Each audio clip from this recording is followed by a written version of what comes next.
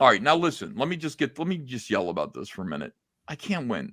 John Malin contributes his story, and he does what he does. Okay. Now this book, it is for kids. It's not just for kids. It's for everybody. I wrote down the greatest story of our time. You did. My books have no swearing in them, Aaron.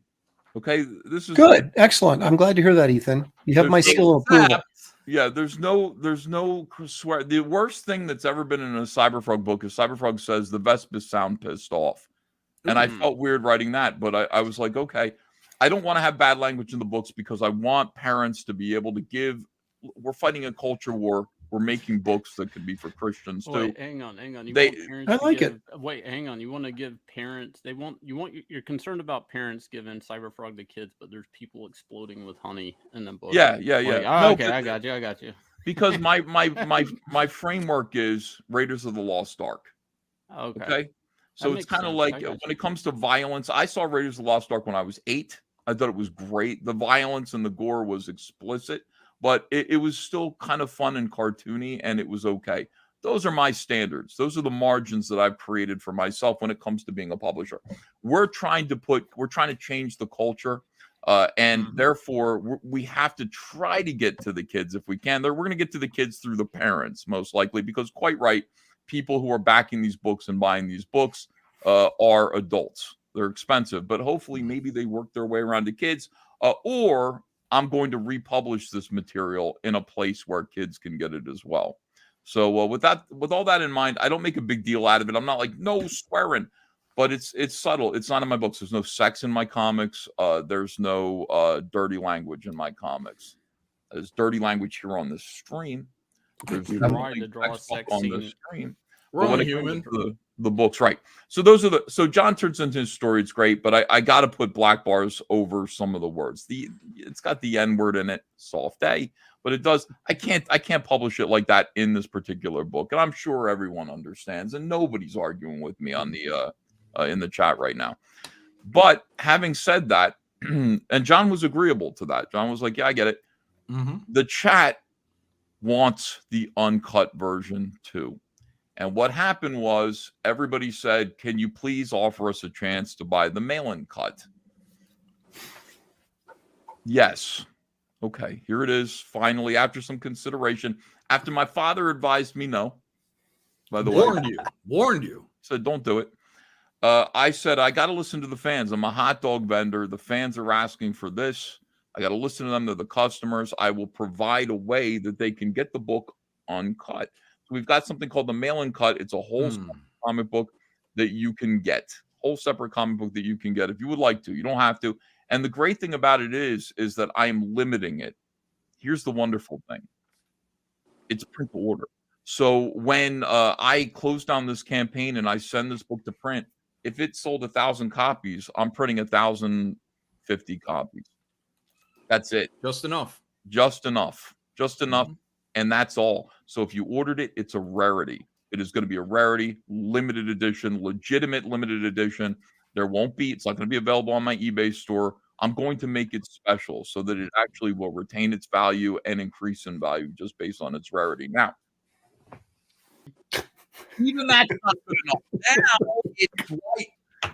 What more can I do, John? How do I serve the people? I feel like you've done enough. What is this grift? I think it's your great. idea. It was the chat's idea. They're telling me it's a grift. It's the chat's idea. Oh, absolutely not. No, look, and to what that message was that you had to that person, like, I don't have to do it at all. I don't need to do it. You're getting what you paid for, though. You're getting a John Malin story with art, just like we got when we got the Frank Miller with the censor bars in there. But you're also getting the Malin Cut, which is, Son of Liberty Radio says, how many copies do you have to sell to get the Malin Cut Chromium edition? 600, 800? A lot. Doesn't like a cover. There's not even a cover to this thing. And right now, there's no cover. Like the next thing will be, once we get to maybe 600 copies, I'll commission John to do a cover for his own book. But right now, it's just a black cover. Honored. I know. Sorry, John. I know you're busy too, but I'm sure you'll love to draw your character again. You know what would be a simple, really good cover if you guys don't hit that goal? Is just like a manila envelope like that with a stamp that says Malin Cut. Like it's That's kind of what we're looking at right now. Like that was kind of the idea. Like no cover art, just like the Malin Cut. Like it's illegal or something. Didn't like Crisis does. That was all black.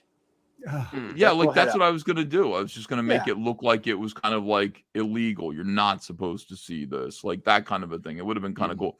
But I mean, look, if the book gets more popular and we sell more copies, let's get a John Malin cover on it and make it unique. And because the book itself, when it's finally printed, isn't going to have a John Malin cover. It's just going to go into this collected edition. So you could also have the Malin Cut cover and then the John Malin cover. Can you imagine if real quick? If I got a Keown cover for the Malin Cut, if I just right after the Godlike cover, I will endorse that. Yeah. Oh, that's right. You got your Godlike cover. I'm so close. So close. They killed that. A lot of opportunities to make fun stuff.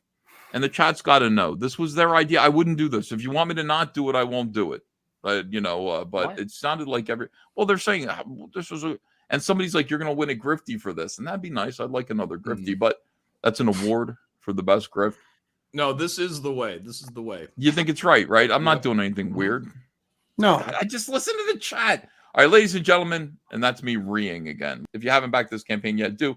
And also the Malin Cut, 20-page comic, uncensored, John Malin's amazing story. John Malin, I hired him to do a cool story, bro.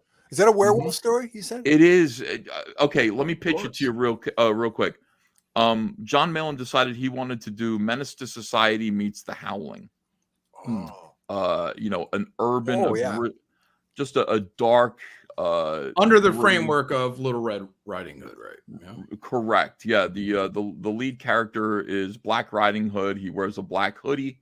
And he's in his neighborhood. His neighborhood has basically been taken over by werewolves. Urban neighborhood taken over by werewolves. Now, who's the woodsman? There is none. Oh. There is none. There's no. We have 10 pages here, Dale. Oh.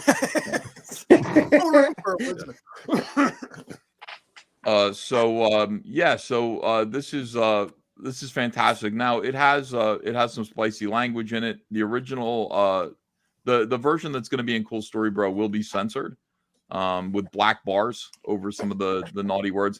This is the uncensored version. If you'd like to get a copy of this, the uncensored version, parental advisory, of course. Get 2 copies, guys, because he's not going to print extras. So you want one for yourself to read.